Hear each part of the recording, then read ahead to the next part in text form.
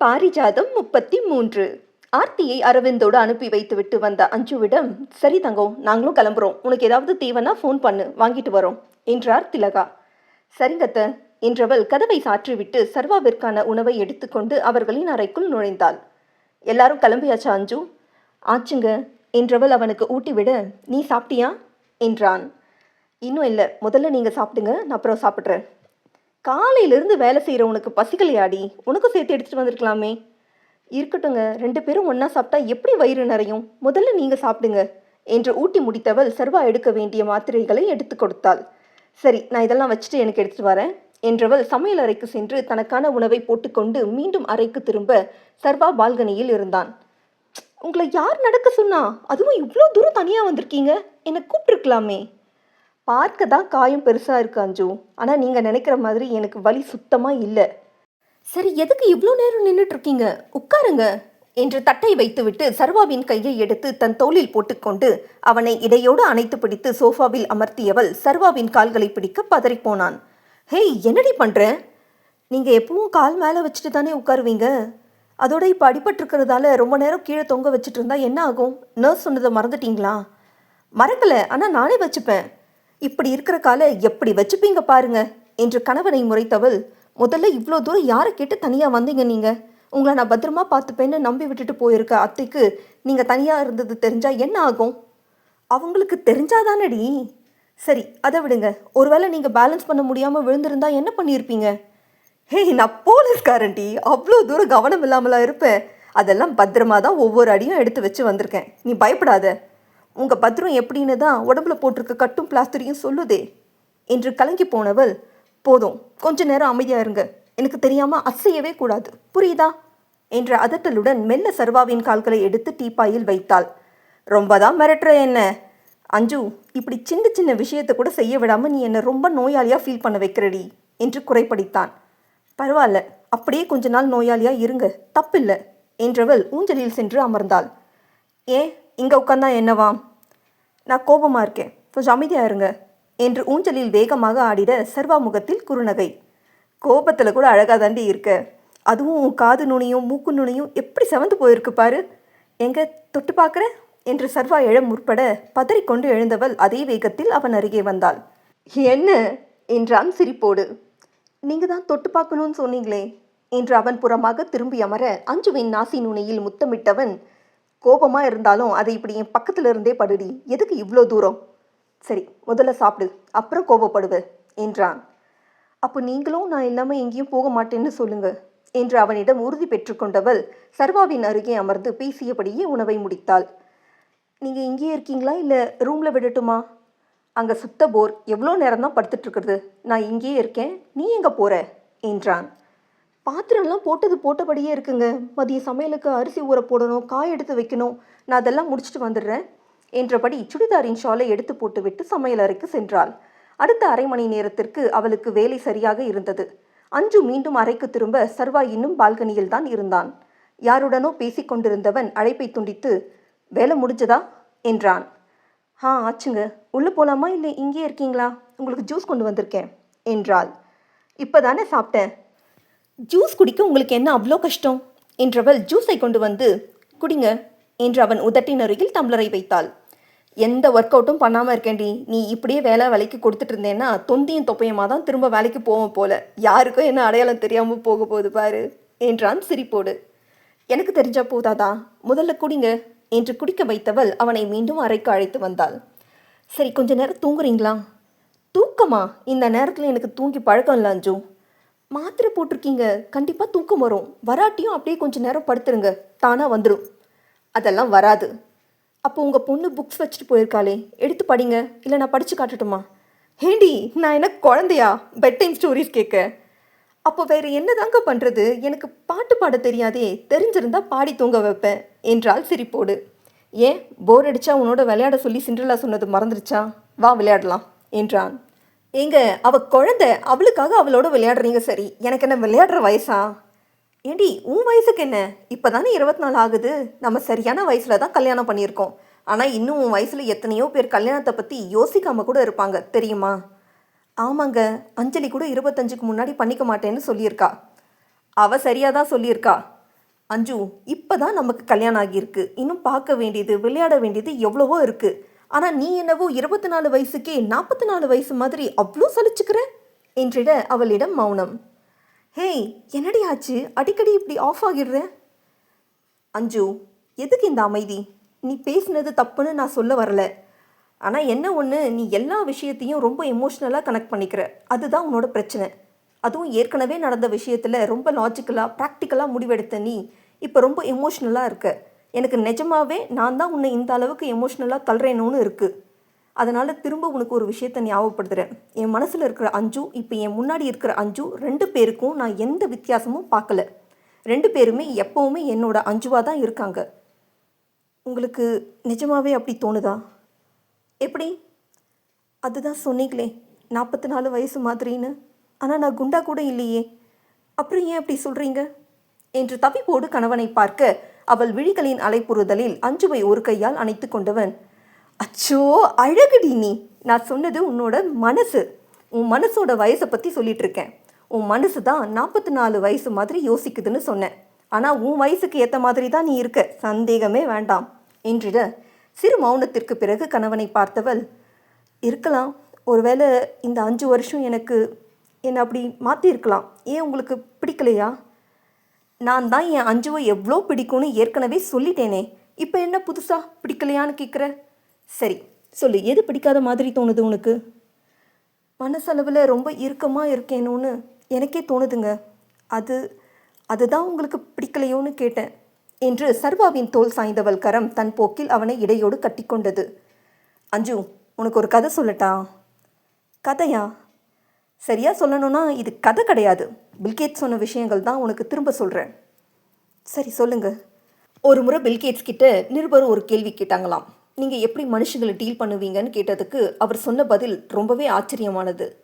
என்னங்க சொன்னார்? மனுஷங்க எப்படி இருந்தாலும் அவங்க எப்படி இருக்காங்களோ அப்படியே ஏற்றுக்கணும்னு சொன்னார். அது எப்படி?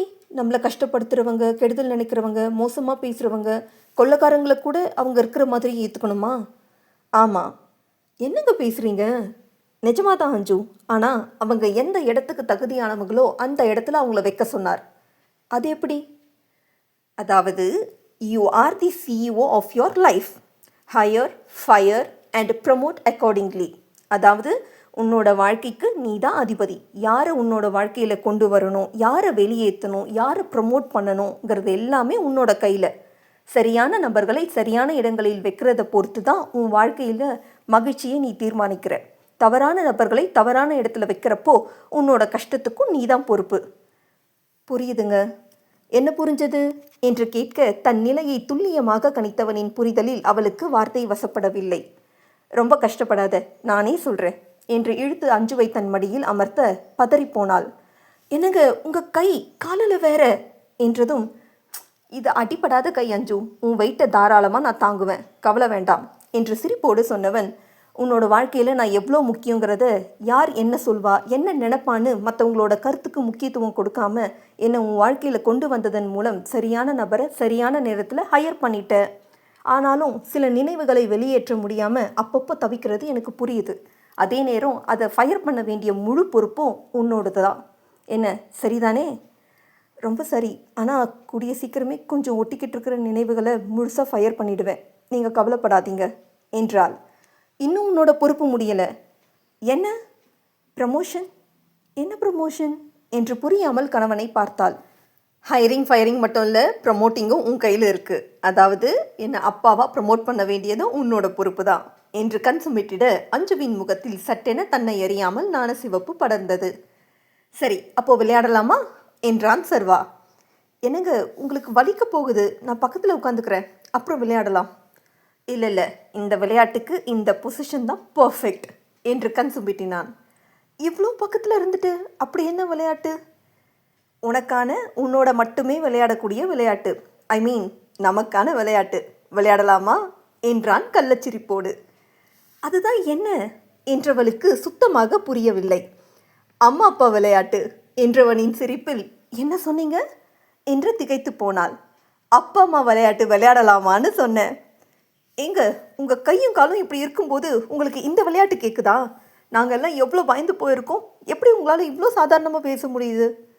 பேசத்தானடி செஞ்சேன் என்று சிரித்தவன், அதுதான் நீயே சொல்லிட்டியே, அதனால முதல்ல கை கால் சரியாகட்டும், ஆனால் அதுக்கு முன்னாடி என்றவனின் பேச்சில் சிலிர்த்தவள், எவ்வளோ நேரமாக மடியில் உட்கார வச்சுட்ருக்கீங்க, கால் என்னத்துக்காகிறது, முதல்ல என்னை விடுங்க என்று அறையிலிருந்து கிளம்ப சர்வாவின் சிரிப்பு அவளை தொடர்ந்தது.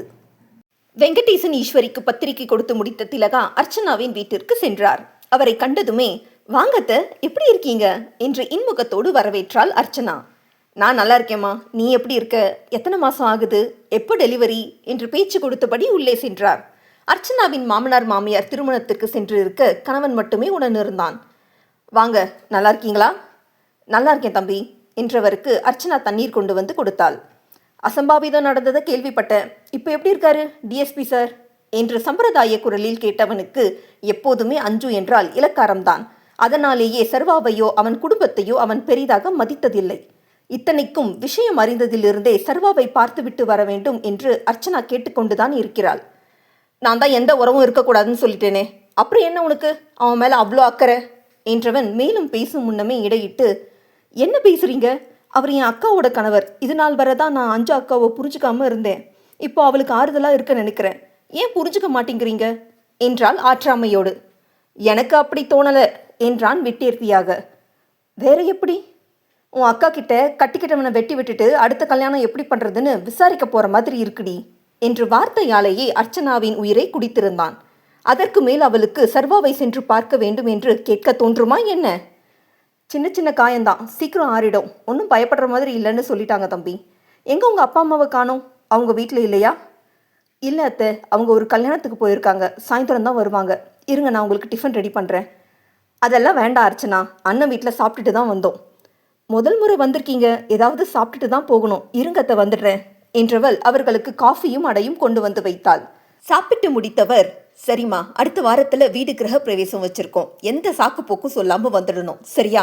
ஏற்கனவே நீ கல்யாணத்துக்கு தான் வரல, இந்த முறை உன்னை நாங்கள் கண்டிப்பாக எதிர்பார்ப்போம் என்றவர், வழி நல்லா தான் இருக்கும் தம்பி, இருந்தாலும் பிள்ளைத்தாச்சி இல்லையா, அதனால் கொஞ்சம் மெதுவாக கூட்டிகிட்டு வாப்பா, அவளும் 4 பேரோட பழகினா நல்லா இருக்கும்னு பார்க்குறேன் என்ற திலகா கிளம்பவும் கதவை சாற்றி விட்டு வந்தவன், இவங்க சொன்னாங்க அவங்க சொன்னாங்கன்னு எனக்கு தெரியாமல் வீட்டை விட்டு போக நினச்ச நான் மனுஷனாக இருக்க மாட்டேன், சொல்கிறது புரியுதாடி என்றதற்கு அர்ச்சனாவிடம் மௌன தலையசைப்பு.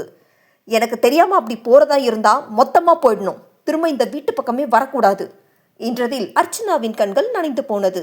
கணவனுக்கு காலை டிஃபன் எடுத்து வைத்து அவனுக்கு தேவையான பொருட்களை எல்லாம் அடுக்கி வைத்த அர்ச்சனா அவன் உணவை முடித்து கொண்டு கிளம்பவும் உடனே அஞ்சுவுக்கு அழைத்தாள். புது நம்பரை கண்டு யோசனையுடனே அஞ்சனா அழைப்பை ஏற்க, எப்படி இருக்கக்கா என்ற அர்ச்சனாவின் குரலை தழுதழுத்தது. அச்சு, நான் நல்லா இருக்கேன், நீ எப்படி இருக்க, இது யார் நம்பர்? அதெல்லாம் அப்புறம் சொல்கிறேன், மாமாவுக்கு எப்படிக்கா இருக்கு? நானும் நியூஸில் பார்த்தேன், அம்மாவும் சொன்னாங்க, ஆனால் என்னால் நேரில் வர முடியல, சாரிக்கா என்றால் மெல்லிய விசும்பலோடு. பரவாயில்ல விடு, இதுக்கெல்லாமா ஃபீல் பண்ணுவ, சரி உன்னை அவங்க நல்லா பார்த்துக்கிறாங்களா என்ற கேள்விக்கு அவளிடம் மௌனமே பதிலாக கிடைத்தது. அருணா அன்று வீட்டில் அசோக் குறித்து பேசுவதற்கு முன்பாவது சதீஷோடு அவளுக்கு இணக்கமான சூழல் இருந்தது. ஆனால் அதன் பிறகு அனைத்துமே தலைகீழாக மாறிவிட்டது. சாதாரண சிரிப்புக்கு கூட அவனிடம் பஞ்சமாகி போய்விட்டது. அர்ச்சனா, கேக்குதா?